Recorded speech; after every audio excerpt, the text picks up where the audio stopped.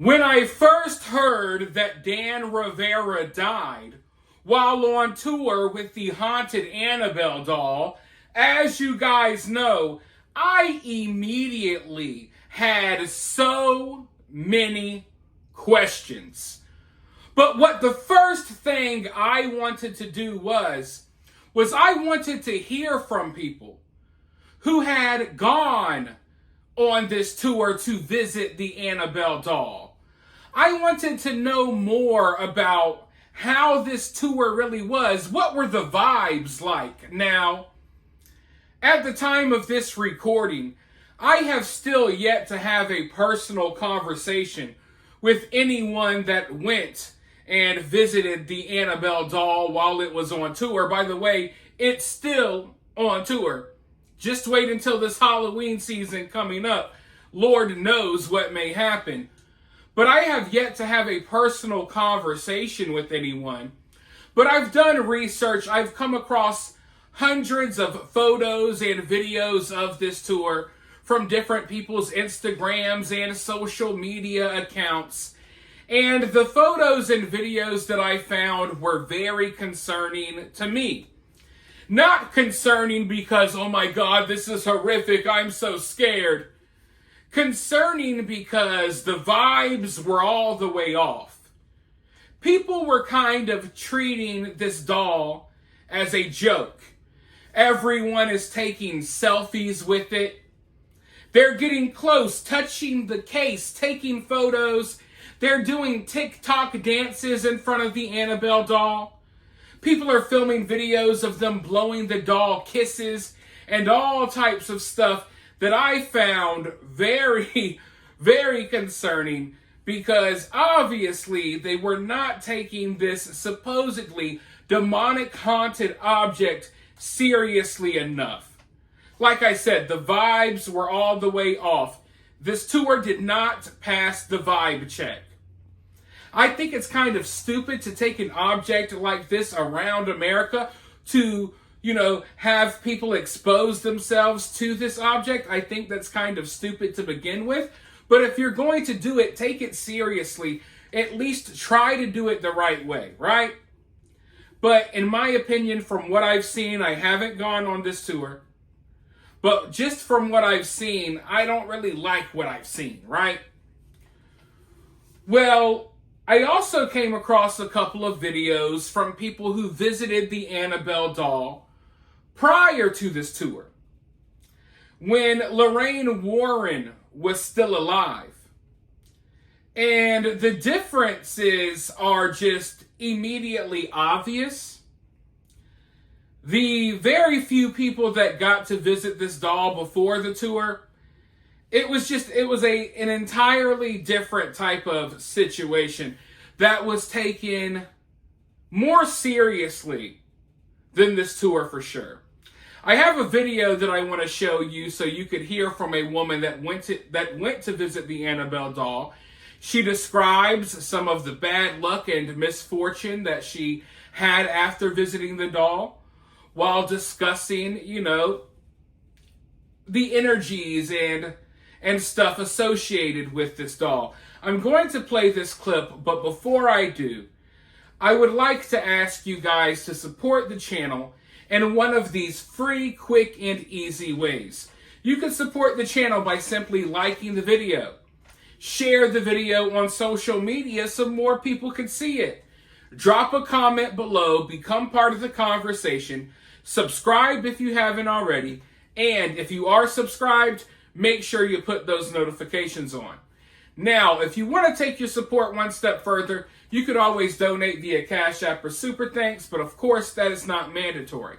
With that being said though, let's go ahead and roll this clip, and then I'll be right back with more thoughts. So I just saw this headline here, and I'm so heartbroken, and I've actually met this doll and been to the Warrens Occult Museum.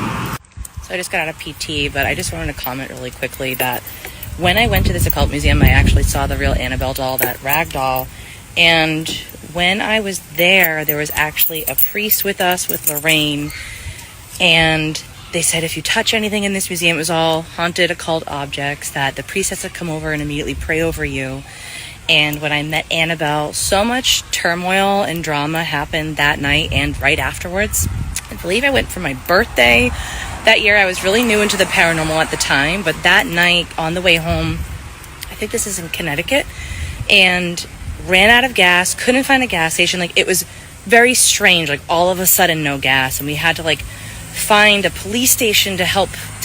Like, it was crazy, the amount of drama that happened right after meeting this doll. But looking back, one of the saddest things I witnessed is everyone who went to that museum comes into agreement that this Annabelle, the demon behind Annabelle, that is an operation, we come into agreement that this thing has so much power and it causes drama. People look at it and touch it and they die.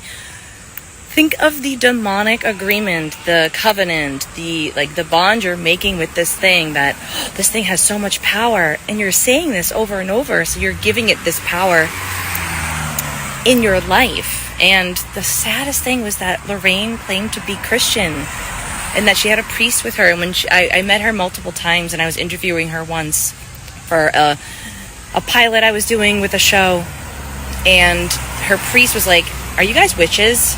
And I remember we said yes, and he gave her this look like, "Don't talk to them anymore."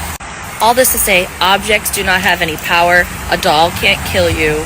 But when you step into agreement with the demon that is an operation behind these objects, you got to break that agreement right now and come into the agreement with Jesus paying it all on the cross, that the blood of Christ sets us free and delivers us. They have no power in Jesus' name.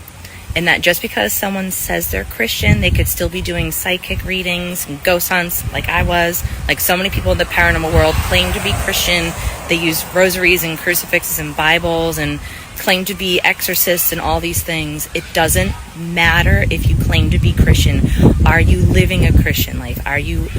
Is the fruit of your life? Are you following Jesus? That's the biggest indicator. It doesn't matter if you claim to be Christian. Anybody can. But are you actually picking up your cross every day, turning away from sin, and following him?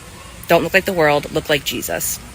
Just want to say one more thing, that in regards to the gentleman that did pass away at the museum, that I pray right now that the Lord would just comfort his family. I'm so sorry for their loss.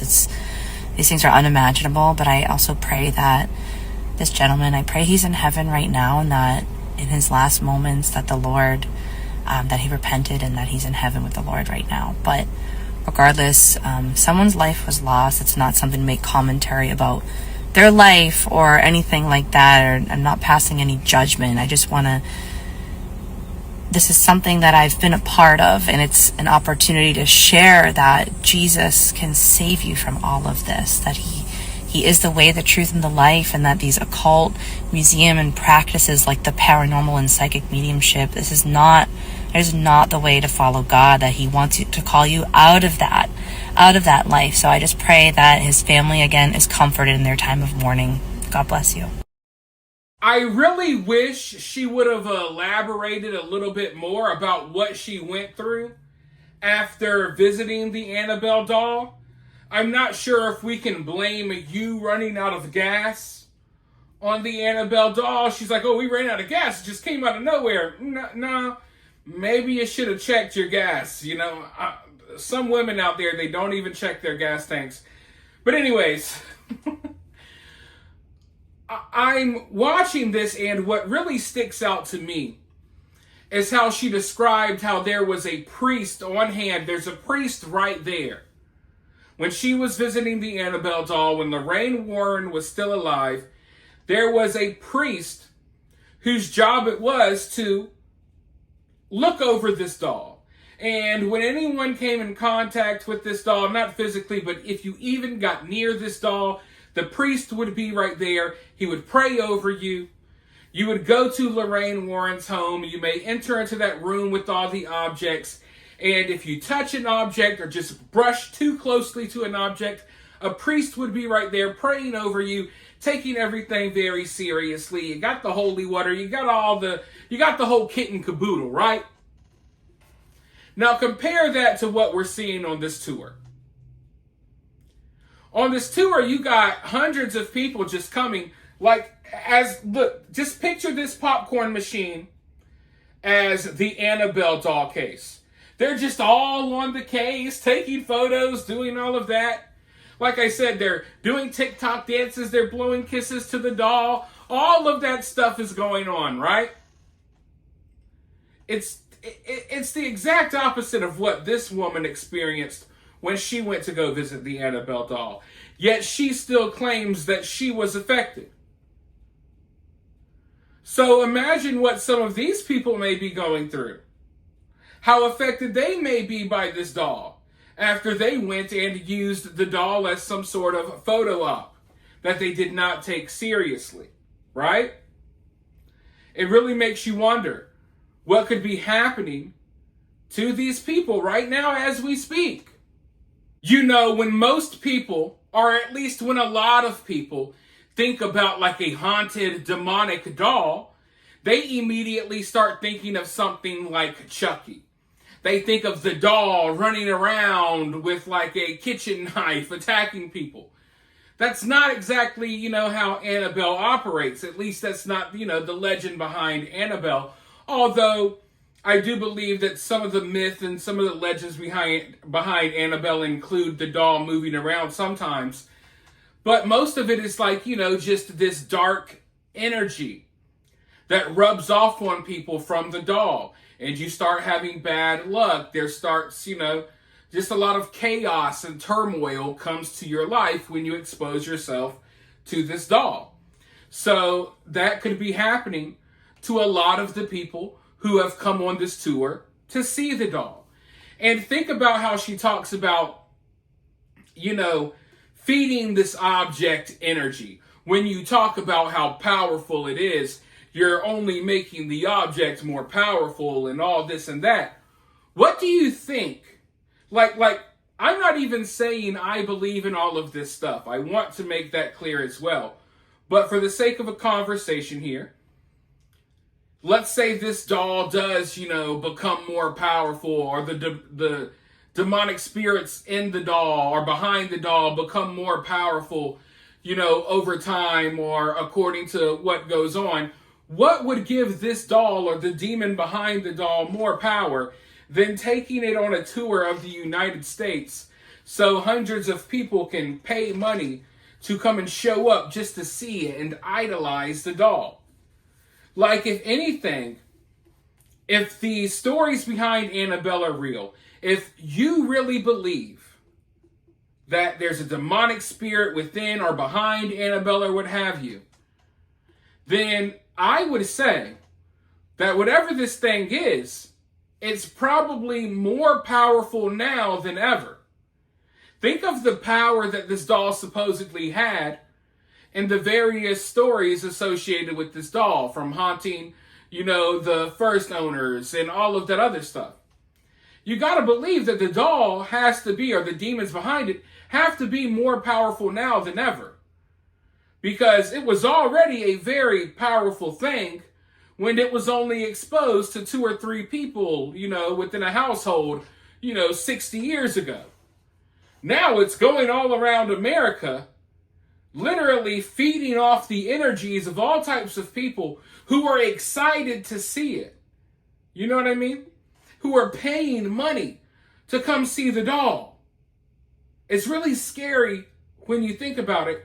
And if I was anyone in Hollywood right now, I would be writing a new script for a new Annabelle movie right now, because this is perfect. This is almost too perfect. 30 years from now, they're going to be making a movie about everything that we're talking about here today. They're going to be making a movie about Dan Rivera and all of this stuff. Just watch. Because it's the perfect plot for a scary horror movie. You didn't take the warnings, about this doll seriously. You took the doll all around America. Now hundreds of people are, having chaos and turmoil in their life because you made this decision. And the guy who took the doll on tour dies while on tour. And then y'all continued the tour. Some more bad things can happen. It's really crazy when you really start thinking about it. So I'm not telling you to believe in this stuff. I'm not saying I 100% believe in this stuff. But if you do, then I don't see how you can look at this any other way. Because this thing, whatever this thing is, it's now just being exposed to so many more people than it ever was. All of that energy that people are feeding into this thing, it's really crazy. It's really scary when you really start to think about it. But I'll let you guys sit and brew and think about that for a little bit. Go ahead and hit that like button. Go ahead and drop a comment. Subscribe if you haven't already. And I'll talk to you all very soon in the next one.